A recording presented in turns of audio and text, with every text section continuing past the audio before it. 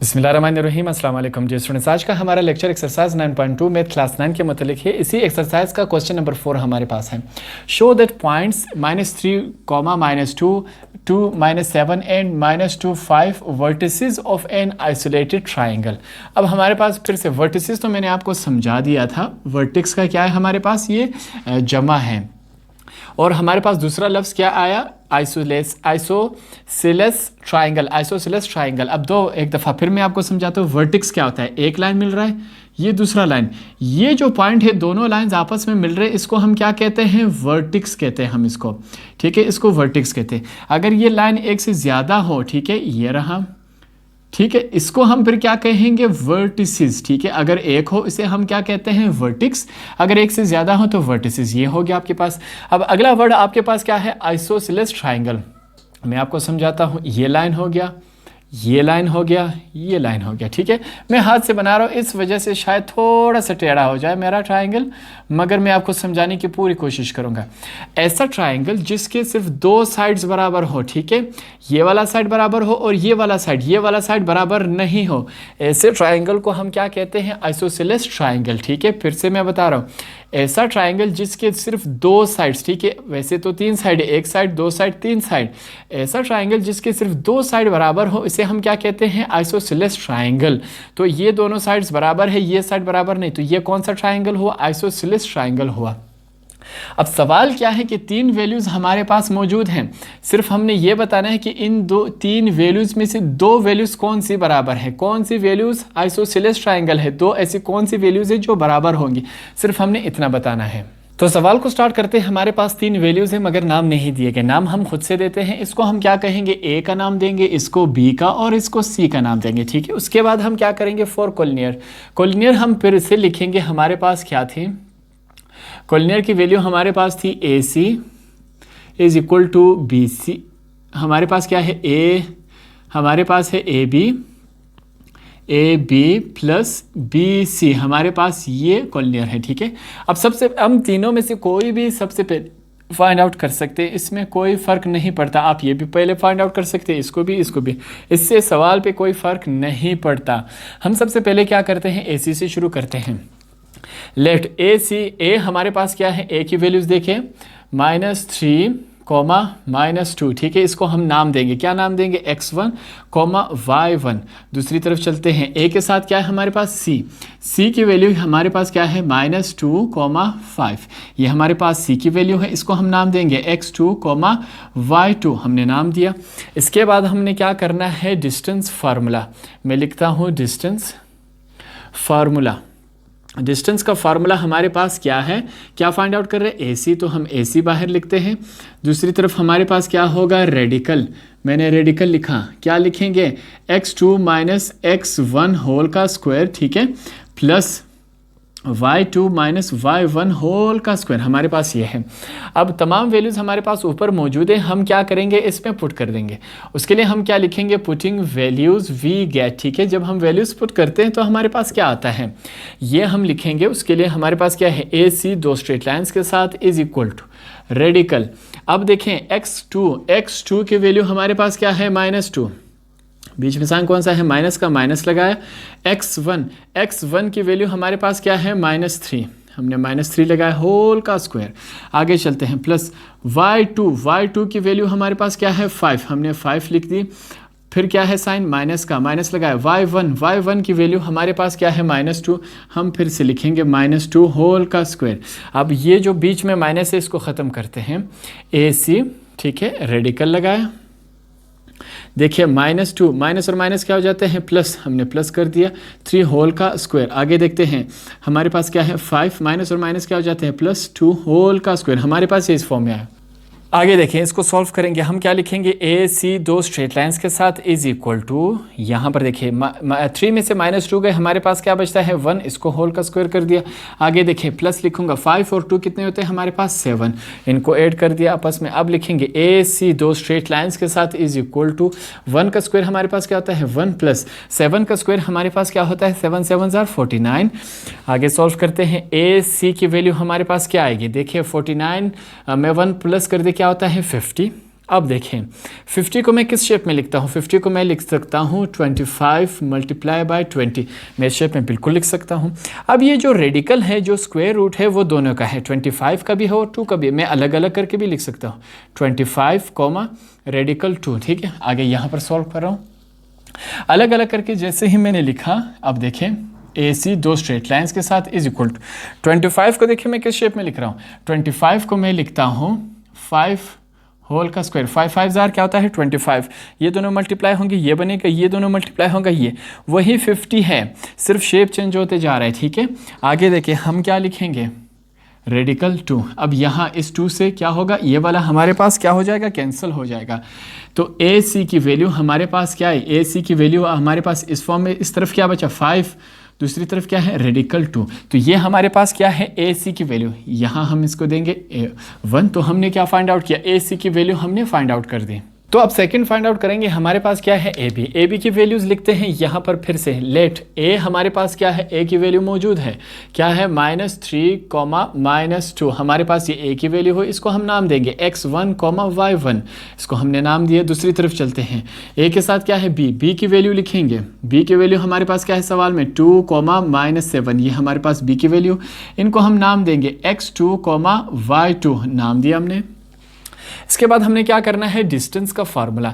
Distance का formula अभी आपको ज़बानी याद होना चाहिए, ठीक है, क्योंकि सवाल एग्जाम में आपको खुद से लिखना होगा। डिस्टेंस का फार्मूला हमारे पास क्या है, क्या फाइंड आउट कर रहे हैं, AB, हम AB फाइंड आउट कर रहे हैं। डिस्टेंस का फार्मूला क्या है हमारे पास, यहाँ पर देखें x2 माइनस x1 होल का square plus y2 minus y1 whole का स्क्वायर, ये हमारे पास डिस्टेंस का फार्मूला है।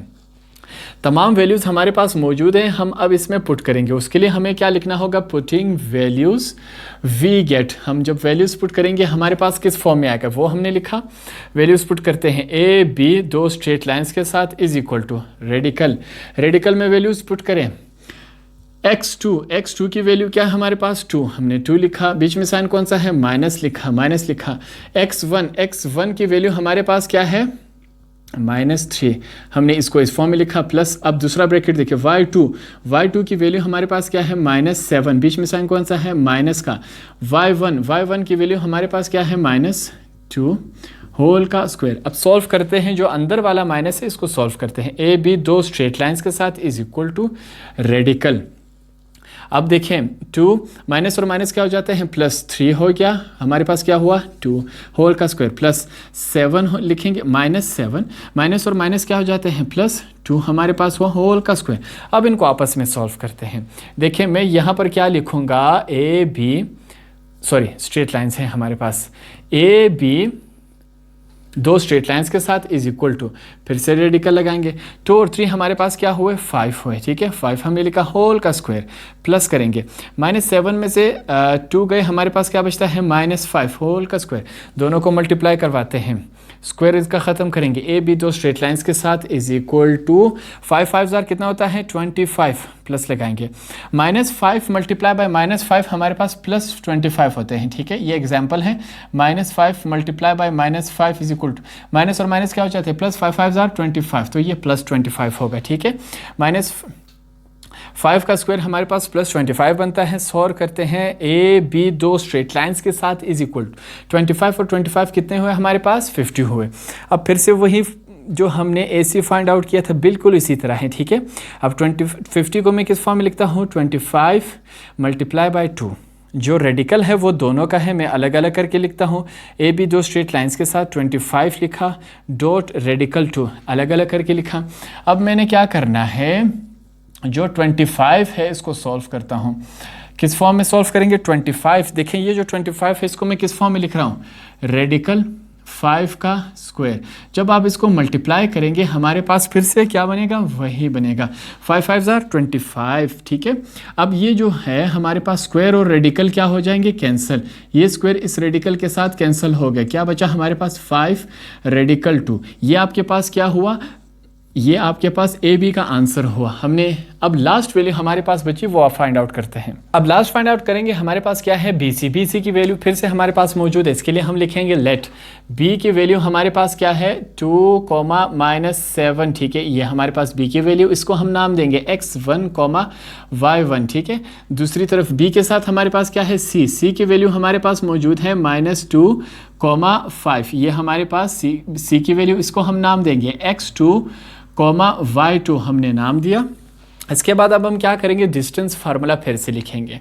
हमारे पास डिस्टेंस का फार्मूला क्या है, मैं लिखता हूँ डिस्टेंस का फार्मूला। क्या फाइंड आउट कर रहे हैं, बी सी लिखा इज इक्वल टू रेडिकल, अंदर क्या आएगा इसके x2 - x1 होल का square plus y2 - y1 whole का स्क्वायर। ये हमारे पास हुआ।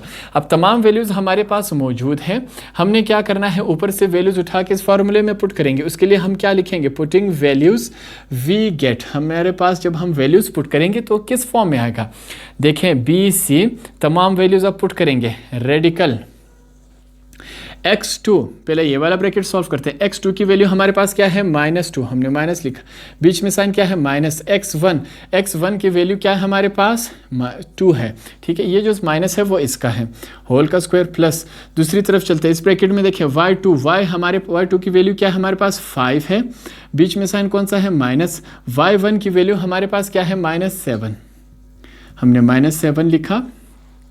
इसको कर देंगे होल का स्क्वायर। अब अंदर वाला जो माइनस है वो एक सॉल्व करते हैं, बी सी दो स्ट्रेट लाइंस के साथ is equal to radical minus और माइनस क्या हो -2 और -2 हमारे पास क्या हुए -4 होल का स्क्वायर हो गया, ठीक है। प्लस करते हैं 5 लिखेंगे, माइनस और माइनस क्या हो जाते हैं प्लस हो जाते हैं, ठीक है। 7 लिखा हमने, इस फॉर्म में आएगा 5 + 7, माइनस और माइनस क्या हो प्लस हो जाते हैं, ठीक है। ये 7 हमने लिखा होल का स्क्वायर।